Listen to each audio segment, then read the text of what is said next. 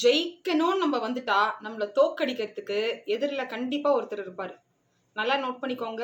ஜெயிக்கணும்னு வந்துட்டா நம்மள தோக்கடிக்க எதிரில் கண்டிப்பா ஒருத்தர் இருப்பாரு. ஒருத்தர் மட்டும்தான் இருப்பாரா? அவரு கூட சேர்ந்து ஒரு 10 பேர் இருப்பாங்க. நம்ம மட்டும்தான் இருப்போம். ஆனா அவங்க மொத்தம் 11 பேர் இருப்பாங்க. சரி, அவங்க எப்படி நம்மள ஜெயிக்கிறாங்க? போலிங் போடுறவரால நம்ம தோத்து போயிடுவோமா?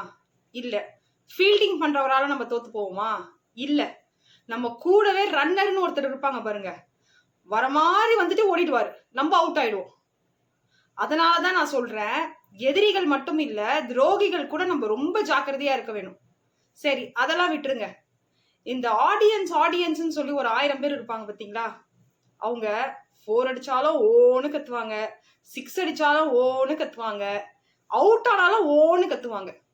இதுல உங்களுக்கு என்ன சொல்லி தருது கிரிக்கெட்?